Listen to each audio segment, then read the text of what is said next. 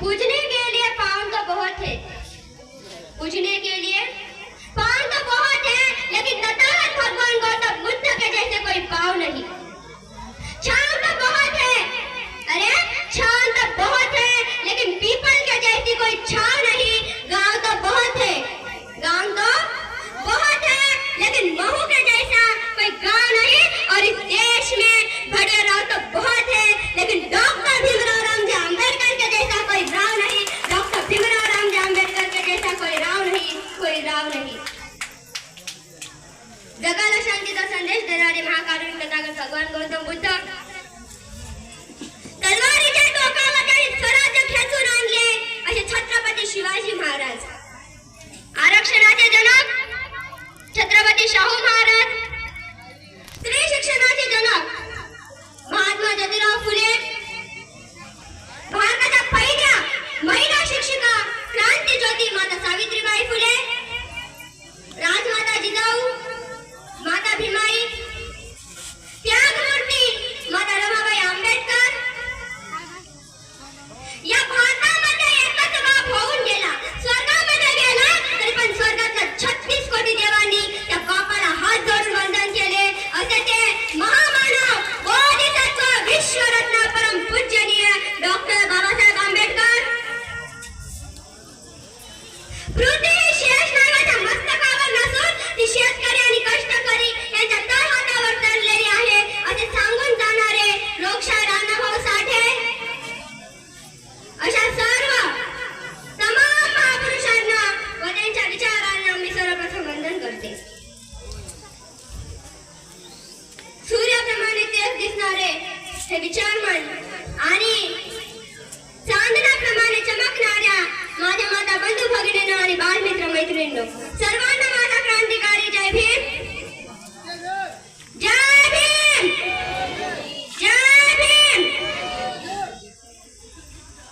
मला म्हणावेसे वाटते की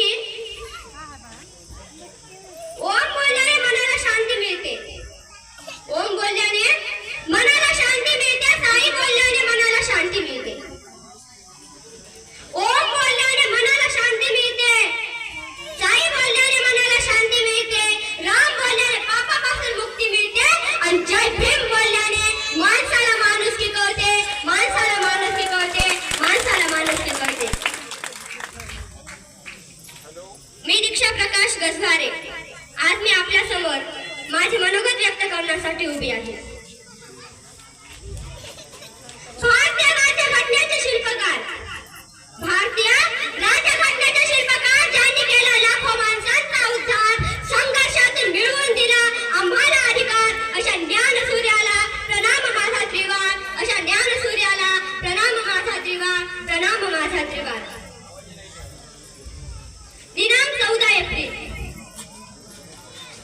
14 एप्रिल ही एक तारीख नाही, 14 एप्रिल ही एक तारीख नाही, तर ती एका वादळाचा आरंभ बिंदू आहे, एका युगाची सुरुवात आहे, एका जिवंत संघर्षाचा प्रारंभ आहे. त्या संघर्षाला सुरुवात झाली होती 14 एप्रिल 1891 या दिवशी, कारण या दिवशी जन्मले होते हजारो वर्षांपासून श्वासनाच्या तरी खितपत पडलेल्या एका प्रचंड मोठ्या जनसमुदायाचा महान मुक्तीदाता. तुमचा माझा आणि संपूर्ण विश्वात संघर्षाची इच्छा बाळगणारा प्रत्येक व्यक्तीचा महानायक. अनेक वर्ष, अरे अनेक वर्ष चातुर्य वर्ण व्यवस्थेच्या नावाखाली अन्याय सहन करणारे समाज बांधव, ज्यांना खायला भाकरी, प्यायला पाणी आणि चालायला रस्ता सुद्धा मिळणे कठीण होते, अशा बहुजनांच्या व्यथा जाणून त्यांचे अश्रू पुसण्याचे आणि त्यांना जगण्याचा अधिकार मिळवून देण्याचे कार्य डॉक्टर बाबासाहेब आंबेडकरांनी केले. या जगामध्ये गरिबी तिथेच आहे जिथे शिक्षण नाही, त्यामुळे अर्धी भाकरी खा परंतु आपल्या लेकरांना चांगले शिक्षण द्या असे विचार देणारे डॉक्टर बाबासाहेब आंबेडकर स्वतः वेळप्रसंगी उपाशी राहून बॅरिस्टर झाले. ज्या समाजात हजारो वर्षांपासून कोणी 4थी पर्यंत शिकू शकला नव्हता, त्या समाजातील डॉक्टर बाबासाहेब आंबेडकर इंग्लंड मधून बॅरिस्टर होऊन आले. केवढा अभिमान पराक्रम. आणि ते आपल्या कायद्याच्या ज्ञानातून आपल्या परिवारासाठी प्रचंड पैसा कमवू शकले असते, परंतु त्यांनी आपल्या अभ्यासाचा उपयोग स्वतंत्र भारतात कायदे मंत्री होऊन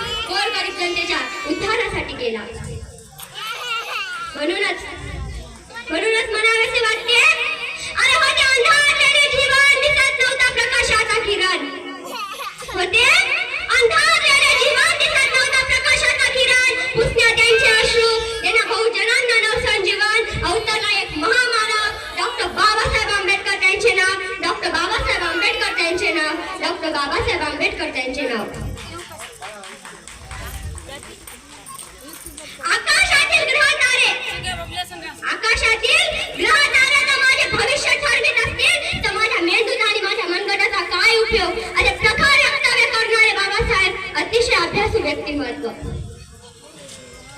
1922 साली बाबासाहेब बॅरिस्टरची परीक्षा उत्तीर्ण झाले. म्हणूनच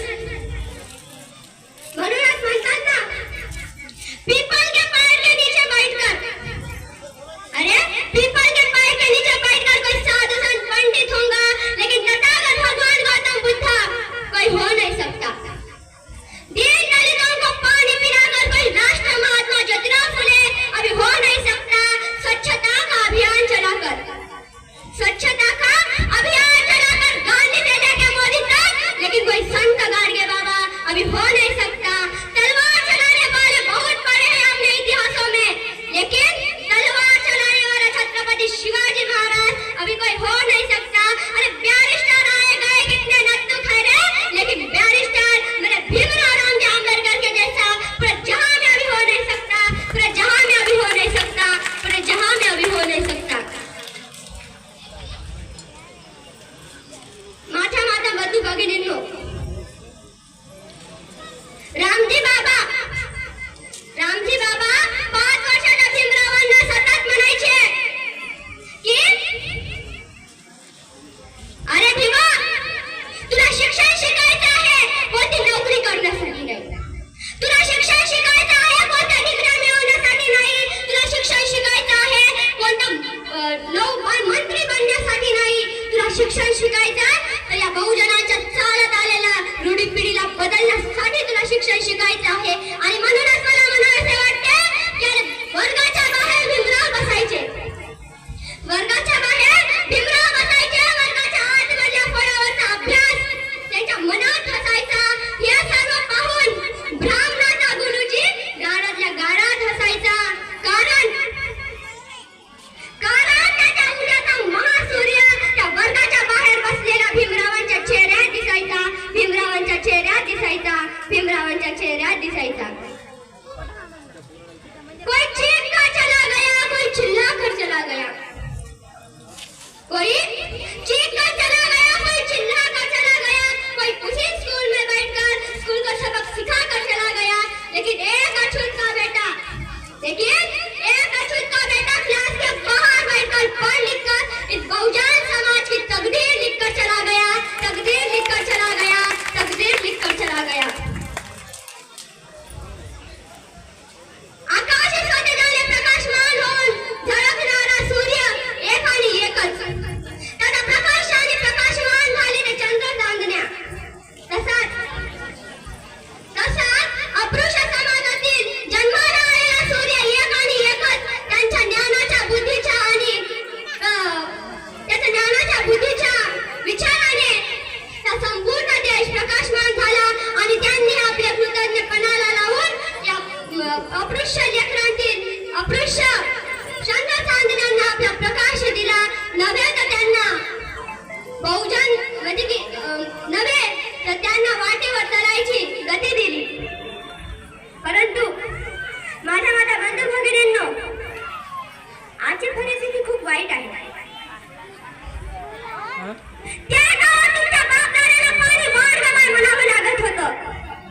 नदी तळा विहीर पिण्याच्या पाण्याला सुद्धा स्पर्श करण्याची मुभा नव्हती.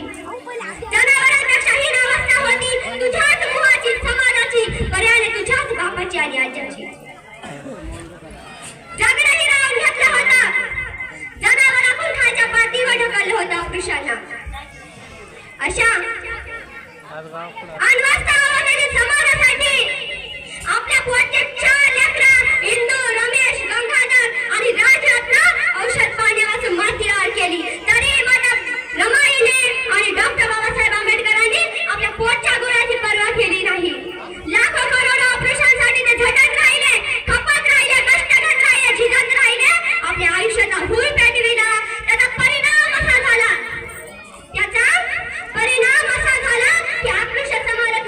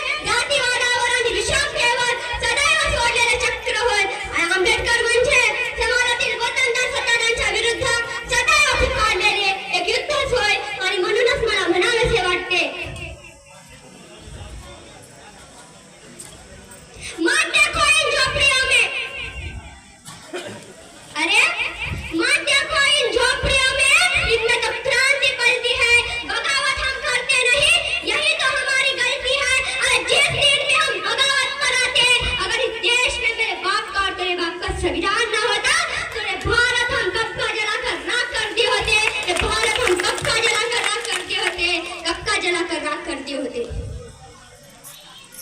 निळ्या रक्ताची धमक स्वाभिमानाची आग आहे.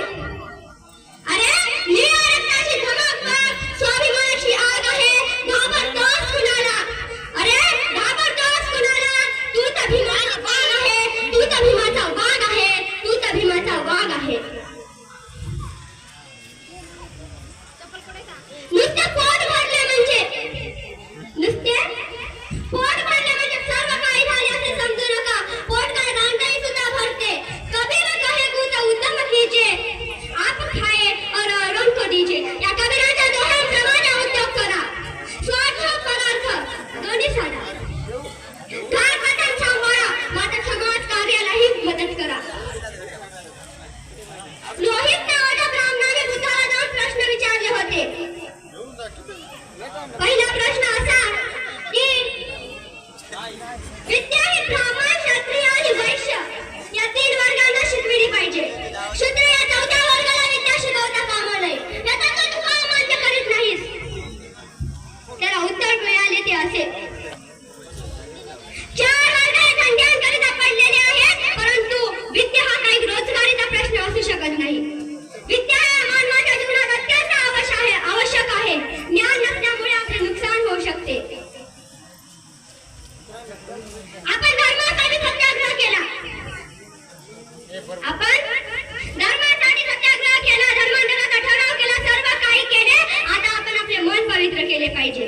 आपल्या सद्गुणांकडे ओढा असला पाहिजे. ज्ञान हे तलवारीसारखे आहे. समजा एखाद्या माणसाच्या हातात तलवार आहे. एखाद्या माणसाच्या हातात तलवार आहे. त्याचा सदुपयोग करायचा की दुरुपयोग हे त्या माणसाच्या शिरावर अवलंबून नाही. तो त्या तलवारीने एखाद्याचा खूनही करेल किंवा एखाद्याचा बचावही करेल.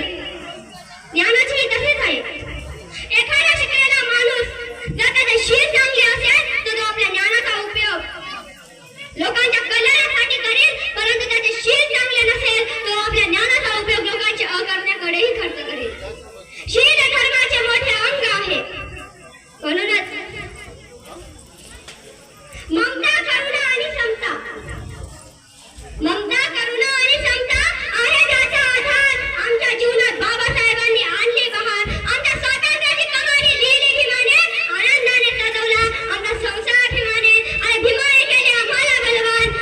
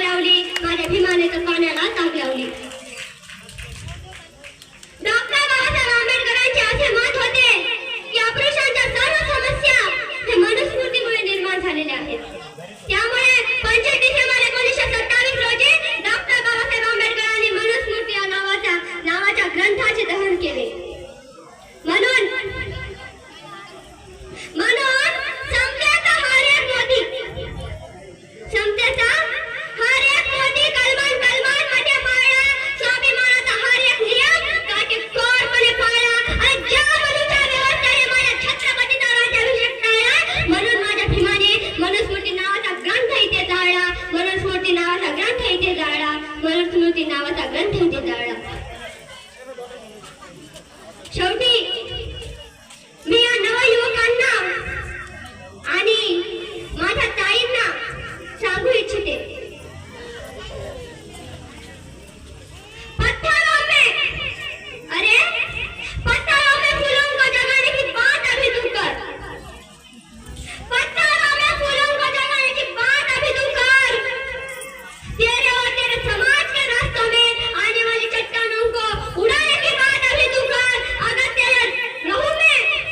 अगर तेरे लहू में बाबा साहब अम्बेडकर, डॉक्टर भीमराव अम्बेडकर का खून है, तो भीम जी के दुश्मनों को मिट्टी में मिलाने की बात अभी तू कर। भीम जी के दुश्मनों को मिट्टी में मिलाने की बात अभी तू कर, मिट्टी में मिलाने की बात अभी तू कर।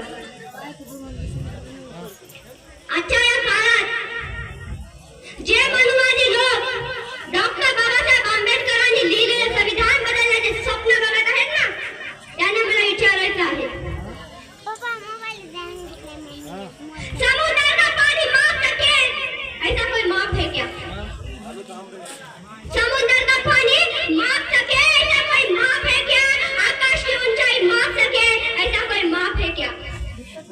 अरे समुद्र का पानी माप सके ऐसा कोई माप है क्या? आकाश की ऊंचाई माप सके ऐसा कोई माप है क्या? और तो संविधान बदलने की बात करता है पगले। संविधान लिखने के लिए डॉक्टर भीमराव जी अम्बेडकर के जैसा कोई बाप है क्या? डॉक्टर भीमराव जी अम्बेडकर के जैसा कोई बाप है क्या? कोई बाप है क्या?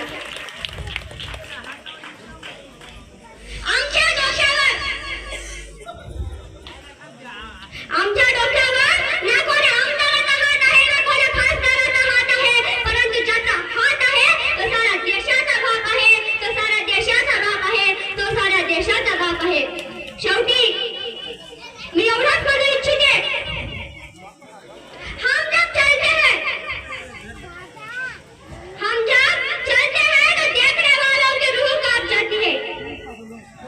हम जब चलते हैं तो देखने वालों की रूह कांप जाती है। हम जब ठहरते हैं तो तूफान भी ठहर जाता है। हमें बदलने की कोशिश भी मत करना मनुवादियों, हमें बदलने की कोशिश भी मत करना। अगर हम बदल गए तो पूरा इतिहास बदल देंगे, पूरा इतिहास बदल देंगे, पूरा इतिहास बदल देंगे।